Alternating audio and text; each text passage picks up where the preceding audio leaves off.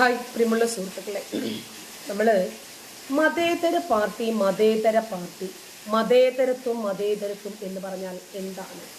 നമ്മുടെ രാജ്യത്ത് അത് വീണ്ടും വീണ്ടും എന്താണ് എന്ന് ജനങ്ങളെ പഠിപ്പിക്കേണ്ടിയിരിക്കുന്നു. എന്താണ് മതേതരത്വം എന്ന വാക്കുകൊണ്ട് ഉദ്ദേശിക്കുന്നത്? ഇന്ത്യ ഒരു മതേതര രാജ്യമാണ്. എന്താണ് ഇവർ മുന്നോട്ട് വെക്കുന്ന മതേതരത്വം? ഇന്ത്യയിൽ ഇപ്പോൾ ഒരു സെക്യുലറിസം ഉണ്ടോ? മത ഇതരത്വമുണ്ടോ? മതത്തിൽ നിന്നും വിഭിന്നമായ ഒരു ഇതരത്വമല്ലല്ലോ ഇവിടെ നടക്കുന്നത്. ഇവിടെ ഒരു മതവിഭാഗം മാത്രം മറ്റവരെയൊക്കെ അടിച്ചമർത്തി അവരിങ്ങനെ മേൽക്കൈ നേടാൻ വേണ്ടിയിട്ട് ശ്രമിക്കുന്നതല്ലേ നമ്മൾ കാണുന്നത്. നിങ്ങൾ കുന്തിരിക്ക വാങ്ങിച്ച് വീട്ടിൽ കാത്തു വെച്ചോ, നിങ്ങൾ അരിയും മലരും വാങ്ങിച്ച് വീട്ടിൽ കാത്തു വെച്ചോ, ഞങ്ങൾ മാത്രം മതി ഇവിടെ, ഞങ്ങൾ നിങ്ങളെയൊക്കെ തീർക്കാനുള്ള കാലന്മാരാണ്, അതുകൊണ്ട് വരുന്നുണ്ടടാ നിന്റെയൊക്കെ കാലന്മാർ, നിങ്ങൾ വീട്ടിൽ തന്നെ ഇരുന്നോ, നിങ്ങളുടെ ഉദകക്രിയയ്ക്ക് ഞങ്ങൾ ഇതാ തയ്യാറായിരിക്കുന്നു എന്ന സന്ദേശം തന്നെയല്ലേ ഇവർ നൽകുന്നത്. അത് തന്നെയാണ് പാലക്കാട്ടേക്ക് അവിശുദ്ധ കൂട്ടുകെട്ട് നൽകുന്ന സന്ദേശം എന്താണ്? ആരായാലും ശരി, ഏത് നമ്പ്യാരും ചെയ്താലും ശരി, അത് ശരിയല്ല. SDPI എന്ന് പറയുന്നത് ഒരു നിമിഷം ശ്രീ ഗോപാലകൃഷ്ണൻ, അഡ്വക്കേറ്റ് രാംകുമാർ.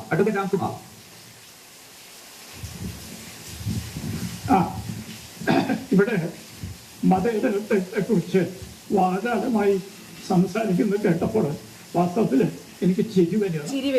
കാരണം ആരാണ് ഈ സംസാരിക്കുന്നത്? കാസർഗോഡ് ഭാഗത്ത് അമ്പലനടയിൽ പച്ചയ്ക്ക് കെട്ടിത്തൂക്കും എന്ന് പരസ്യമായി മുദ്രാവാക്യം വിളിക്കുന്നത് മതേതരമാണോ? എൻ്റെ പ്രിയപ്പെട്ട സുഹൃത്തെ, കുന്തിരിക്കം കത്തിക്കും എന്ന ആലപ്പുഴയിൽ മുദ്രാവാക്യം വിളിച്ച് പരസ്യമായി നടക്കുന്നതാണോ രാജ്യത്തിന്റെ മതേതരത്വത്തിന് വേണ്ടി നിങ്ങൾ ചെയ്യുന്ന സംഭാവന? പോട്ടെ, ഇപ്പൊ തെരഞ്ഞെടുപ്പ് നടന്ന പാലക്കാട്ട് സുൽത്താൻപേട്ട തെരുവുകളിൽ മുതിരിപ്പാട് മുത്തലാഖിനെ വിമർശിച്ചപ്പോൾ 4 കെട്ടും 8 കെട്ടും നമ്പൂരിയത്തിന്റെ മോളയും കെട്ടും എന്ന് മുദ്രാവാക്യം വിളിക്കുന്നതാണോ മതേതരത്വം? അപ്പൊ മതേതരത്വത്തിന്റെ പേരില് ഇവിടെ നടക്കുന്നത് എന്താണെന്ന് മനസ്സിലാക്കാനുള്ള പാകതിരിവും ബുദ്ധിയും ഈ രാജ്യത്തെ ജനങ്ങളുണ്ട്. കാരണം ഞാൻ പ്രേക്ഷകരുടെ ശ്രദ്ധ സ്വാതന്ത്ര്യ സമരകാലത്തേക്ക് ഒന്ന് സ്മരിക്കാൻ അഭ്യർത്ഥിക്കുകയാണ്. ഇവിടെ ഹിന്ദു ഭൂരിപക്ഷമുള്ള ഹൈദരാബാദ് സംസ്ഥാനത്ത് മുസ്ലിം രാജാവ് ഉണ്ടായിരുന്നു. മുസ്ലിം ഭൂരിപക്ഷമുള്ള ജമ്മു കാശ്മീരിൽ ഹിന്ദു രാജാവ്. നമ്മുടെ രാജ്യത്തിന്റെ പാരമ്പര്യം. ഇത് ആരാ കളഞ്ഞത്?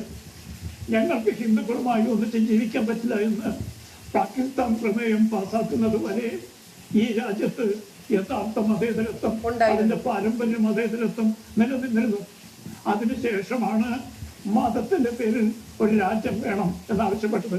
അവിടെ മാത്രം തീർന്നില്ല. ആ പാർട്ടിയുടെ പേര് മതത്തിന്റെ പേരാണ്, മുസ്ലിം ലീഗാണ്. അതിന്റെ തെരഞ്ഞെടുപ്പ് ചിഹ്നം ഇസ്ലാം മതത്തിന്റെ ചിഹ്നമാണ്. എന്നിട്ടും ഈ രാജ്യം അത് അനുഭവിച്ചു, അതിനെ എതിർത്ത് പറഞ്ഞില്ല. നമ്മുടെ രാജ്യം വെട്ടിമുറിക്കപ്പെട്ടു. അതിന് ഉത്തരവാദികൾ 2 പേരാണ്, മുഹമ്മദ് അലി ജിന്നയും ജവഹർലാൽ നെഹ്റു. ഗാന്ധിജി അതിനോട് അനുകരിച്ചു. എന്നിട്ടും തീർന്നില്ല. ഡൽഹിയിലൊക്കെ സ്വാതന്ത്ര്യ സമ്പാദനത്തിന് ശേഷം മുസ്ലിം ഏരിയകൾ കേട്ടൊരു മുദ്രാവാക്യം ഞാൻ എൻ്റെ സുഹൃത്തുക്കളെ ഓർമ്മിക്കണം: ചിരിച്ചുകൊണ്ട് പാകിസ്ഥാൻ നേടി, കത്തിക്കൊണ്ട് ഹിന്ദുസ്ഥാൻ നേടും. ഇതാണോ നിങ്ങളുടെ മതേതരത്വം? ഈ മതേതരത്വം കപട മതേതരത്വമാണ് എന്ന് പറയാൻ ഈ രാജ്യത്ത് ഇന്ന് ദേശാഭിമാനികൾ തയ്യാറായിട്ടുണ്ട്. കാരണം നിങ്ങൾ കൊട്ടിഘോഷിക്കപ്പെടുന്ന മുസ്ലിം ലീഗ് മതേതരത്വത്തിന് ഘടകവിരുദ്ധമായി പ്രവർത്തിച്ച് അതിനെ ചത്തകുതിര എന്ന് വിളിച്ച ആളുകളുമായിട്ടാണ് ഇന്ന് നിങ്ങളുടെ തെരഞ്ഞെടുപ്പ് സഖ്യമുണ്ടാക്കുന്നത്. ആരാണ് പറഞ്ഞത്? പാകിസ്ഥാന്റെ സഹസ്ഥാപകനായ സാക്ഷാൽ ജവഹർലാൽ നെഹ്റു. ആ ചത്തകുതിരയെ ഇന്ന് പടക്കുതിരയാക്കിയതാകാം. ആരാണ് സുഹൃത്തുക്കളെ? നമ്മൾ അതിൽ ധരിക്കുന്ന കോൺഗ്രസ്സുകാരല്ലേ? CK ഗോവിന്ദനാരും കേളപ്പനും മൊയ്ത് മൗലവിയും എതിർത്ത സംഘടനയാണ് ഇന്ത്യൻ യൂണിയൻ മുസ്ലിം ലീഗ്. മൊയ്ത് മൗലവിയെ നെഹ്റു മൗലവി എന്ന് വിളിച്ച് കളിയാക്കിയത് ഞാൻ ചെറിയ കുട്ടിയായിരിക്കുന്ന കാലത്ത്, സ്കൂളിൽ പഠിക്കുന്ന കാലത്ത് കേട്ടിട്ടുണ്ടാണ്. സ്വാതന്ത്ര്യ സമരം 44-47. നിങ്ങൾക്ക് ഒരു പക്ഷേ സ്വാതന്ത്ര്യത്തിന് ശേഷം വളർന്നതുകൊണ്ട് ഈ ചരിത്രമില്ല. ഈ ചരിത്രം മറന്നുകൊണ്ട് മതേതരത്തെ പറ്റി ഭീം പഠിക്കരുത് എൻ്റെ പ്രിയപ്പെട്ട സുഹൃത്തുക്കളെ. നിങ്ങൾക്ക് അവിടെ ഇവരുടെ എല്ലാ കാര്യങ്ങളും അങ്ങനെ തന്നെയാണ്. മുത്തലാഖ് നിരോധിക്കുന്നതിന് മുമ്പ് ഇവർ മുത്തലാഖ് നിരോധിക്കാൻ പറ്റില്ല എന്ന് പറഞ്ഞ് ഇവിടെ സമരം ചെയ്തു. 1980-85 കാലഘട്ടങ്ങളിൽ ഷാബാനു ബീഗം കേസിൽ വിധി പറഞ്ഞ സമയത്ത് ഇവർ ഭയങ്കര പ്രശ്നമായിരുന്നു. ആ സമയത്ത് വിവാഹമുക്തയായ മുസ്ലിം സ്ത്രീക്ക് ജീവനാംശം കൊടുക്കരുത് എന്നാണ് പറഞ്ഞിരുന്നത്. അതിനെ ബ്രേക്ക് ചെയ്തുകൊണ്ട് കൊടുക്കുന്ന ഒരു നിയമം വന്നപ്പോൾ അത് പിന്നീട് ഇവരുടേതായി മാറി. ഇപ്പൊ മുത്തലാഖ് ഇപ്പോൾ ഇവരുടേതാ, കമ്പ്യൂട്ടർവൽക്കരണം ഇപ്പൊ ഇവരുടേതാ. മുസ്ലിം സ്ത്രീകൾക്ക് പഠിക്കാൻ പാടില്ല എന്നാ പറഞ്ഞത്, ഹോജ സ്ത്രീകൾക്ക് അക്ഷരാഭ്യാസം ഹറാമാണെന്നാ പറഞ്ഞത്. ഇപ്പോൾ മുസ്ലിം സ്ത്രീകളുടെ എല്ലാ നവോത്ഥാനത്തിന് പിന്നിലും ഇവരാ. എല്ലാ വിഷയങ്ങളിലും ആദ്യം എതിർപ്പ് പ്രകടിപ്പിക്കുകയും അവരുടെ എതിർപ്പിനെ തൃണവൽക്കരിച്ച് മുന്നോട്ട് വരികയും ചെയ്തു കഴിഞ്ഞാൽ പിന്നീട് ആ വിജയം ഇവരുടേതായി മാറും. എല്ലായിടത്തും 8 കാലി മമ്മൂഞ്ഞി ചമന്നിരുന്ന ഒരു പാർട്ടി കൂടിയാണ് ഇവര്. പറഞ്ഞു, നിങ്ങളുടെ പാർട്ടി ആർക്ക് വോട്ട് ചെയ്യുന്നതിനും ഈ ജനാധിപത്യ രാജ്യത്ത് ആരും തടസ്സം പറയില്ല. പക്ഷേ അതാണ് മതേതരത്വം എന്ന് അവകാശപ്പെടുന്നത്. കാരണം മറ്റ് മതക്കാരെ കെട്ടിത്തൂക്കം, കുന്നിരിക്കാൻ കത്തിക്കും, അല്ലെങ്കിൽ 4 കെട്ടും 8 കെട്ടും എന്നൊക്കെ ആളുകൾ മതേതരക്കാണ് ആണെന്ന് വിശ്വസിക്കാൻ ഈ രാജ്യത്തെ ജനങ്ങൾക്ക് അല്പം ബുദ്ധിമുട്ടുണ്ട്. അതേപോലെ തന്നെ ചിരിച്ചുകൊണ്ട് പാകിസ്ഥാൻ നേടി, കത്തികൊണ്ട് ഹിന്ദുസ്ഥാൻ നേടും എന്ന് പറഞ്ഞാൽ അതൊരു മതേതര മുദ്രാവാക്യമാണെന്ന് വിശ്വസിക്കാൻ ഈ രാജ്യത്തെ ജനം നിർഭാഗ്യവശാണ്. ഇന്നിത് ജനങ്ങളോടൊന്ന് മുഖത്തു നോക്കി ഉറക്കെ പറയാൻ ഈ മനുഷ്യന് സാധിച്ചതിന് ആ മനുഷ്യനോട് നമ്മൾ ഹൃദയം കൊണ്ട് നന്ദി പറയണം. സ്വാതന്ത്ര്യ സമ്പാദന കാലത്ത് ജനങ്ങൾ ആരാധിച്ചിരുന്ന, അംഗീകരിച്ചിരുന്ന, ആദരവോടെ കണ്ടിരുന്ന രാഷ്ട്രീയ പാർട്ടിയുടെ പതനം നമ്മളെയൊക്കെ ദുഃഖിപ്പിക്കുന്നു. ഇന്ന് അതിന്റെ ടെൻഷൻ പണക്കാടായി മാറിയിരിക്കുകയാണ്.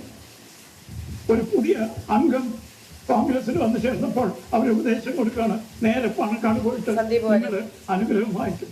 ആ ഗതികളിലേക്ക് ആ മഹത്തായ പ്രസ്ഥാനം താണുപോയതിന് ദുഃഖിക്കുന്നവരാണ് എന്നെ പോലുള്ള ആളുകൾ. ഇതാണ് മതേതരത്വം എന്നവർ പറയരുത്. ഇതിന് കപട മതേതരത്വം എന്നാണ് പേര്. കാരണം ഇന്ന് ഇന്ത്യ രാജ്യത്ത് മതത്തിന്റെ പേരിൽ ഒരു പാർട്ടിയും മതചിഹ്നം അടയാളം ഒരു പാർട്ടിയും ഒന്നേ ഉള്ളൂ. ആ പാർട്ടിയുമായിട്ടാണ് ഇന്ന് ഇന്ത്യൻ നാഷണൽ കോൺഗ്രസിന്റെ ചരിത്രം പരിശോധിച്ചാൽ ആർക്കും അത്ഭുതമില്ല. മഹത്തായ ആ പ്രസ്ഥാനം ഇന്ന് പതനത്തിന്റെ വക്കത്തിലാണ്. കാരണം എല്ലാ സ്ഥലത്തും എനിക്കും എന്റെ മാനും 1000 രൂപ എന്ന ശമ്പളം പറയും പോലെ സ്വന്തമായി അസ്തിത്വം നഷ്ടപ്പെടുത്തിക്കൊണ്ട് ഉത്തർപ്രദേശിൽ സമാജ്വാദിയുടെ അനുഗ്രഹത്തിലും കർണാടകയിൽ SDPയുടെ അനുഗ്രഹത്തിലും കേരളത്തിൽ മുസ്ലിം ലീഗിന്റെയും SDPയുടെയും പോപ്പുലർ ഫ്രണ്ടിന്റെയും അനുഗ്രഹത്തിലും നിലനിൽക്കുന്ന ഒരു ഇത്തിക്കണ്ണി പ്രസ്ഥാനമായിട്ട് ഒരു കാലത്ത് മഹത്തരമായിരുന്ന ഇന്ത്യൻ നാഷണൽ കോൺഗ്രസ് ഭൂരിപക്ഷം ദേശാഭിമാനികളായ ഇന്ത്യക്കാരെ ദുഃഖിപ്പിക്കുന്ന ഒരവസ്ഥയാണ്. അവരെ 10 വോട്ട് കിട്ടാൻ SDPI ഓഫീസിൽ പോയെങ്കിൽ ആർക്കും അതിൽ അത്ഭുതം തോന്നില്ല. കാരണം അവരുടെ മതേതരത്വം കാപട്യമാണ്, കപട മതേതരമാണ് എന്ന് പറഞ്ഞാൽ വിശ്വസിക്കില്ല. പോട്ടെ, ഇപ്പൊ വയനാട് സീറ്റ് പൊട്ടിഘോഷിക്കുന്നുണ്ടല്ലോ. വയനാട് സീറ്റ് മുസ്ലിം ലീഗിന്റെ കോട്ടയാണെന്ന് അറിയാത്ത കേരള ഏറ്റവും വോട്ട് നേടിയത് എന്താണ് അതിന്റെ പാരമ്പര്യം, ഖിലാഫത്തിന്റെ പാരമ്പര്യം, വെള്ളിയാഴ്ച കന്നറക്കാൻ ഹരിജനങ്ങളെ അനുവദിക്കാത്ത പാരമ്പര്യം. ഈ പാരമ്പര്യമുള്ള ആളുകളുടെ വോട്ട് നേടിയാണ് മഹത്തായ ഇന്ത്യൻ നാഷണൽ കോൺഗ്രസ് വയനാട്ടിലെ വിജയം ആഘോഷിക്കുന്നത്. അവിടെ പച്ചക്കൊടി പിടിക്കാൻ പാടില്ല, ബലൂൺ മാത്രമേ അനുവദിച്ചിട്ടുള്ളൂ. ഈ നാണക്കേട് സഹിച്ചുകൊണ്ട് അവരെ വിജയിപ്പിക്കാൻ ശ്രമിക്കുന്നതാണ് മതേതരത്വം എന്നെ പ്രിയപ്പെട്ട സുഹൃത്തുക്കൾ പറയുന്നത്. ഞങ്ങൾ പറയും ഇത് എന്താണ് മതേതരത്വം എന്നതിന് ഇനിയും ഡെഫിനിഷൻ നൽകപ്പെടേണ്ടിയിരിക്കുന്നു പുതിയ മാറി വന്ന ഭാരതത്തിന്റെ പശ്ചാത്തലത്തിൽ. നന്ദി.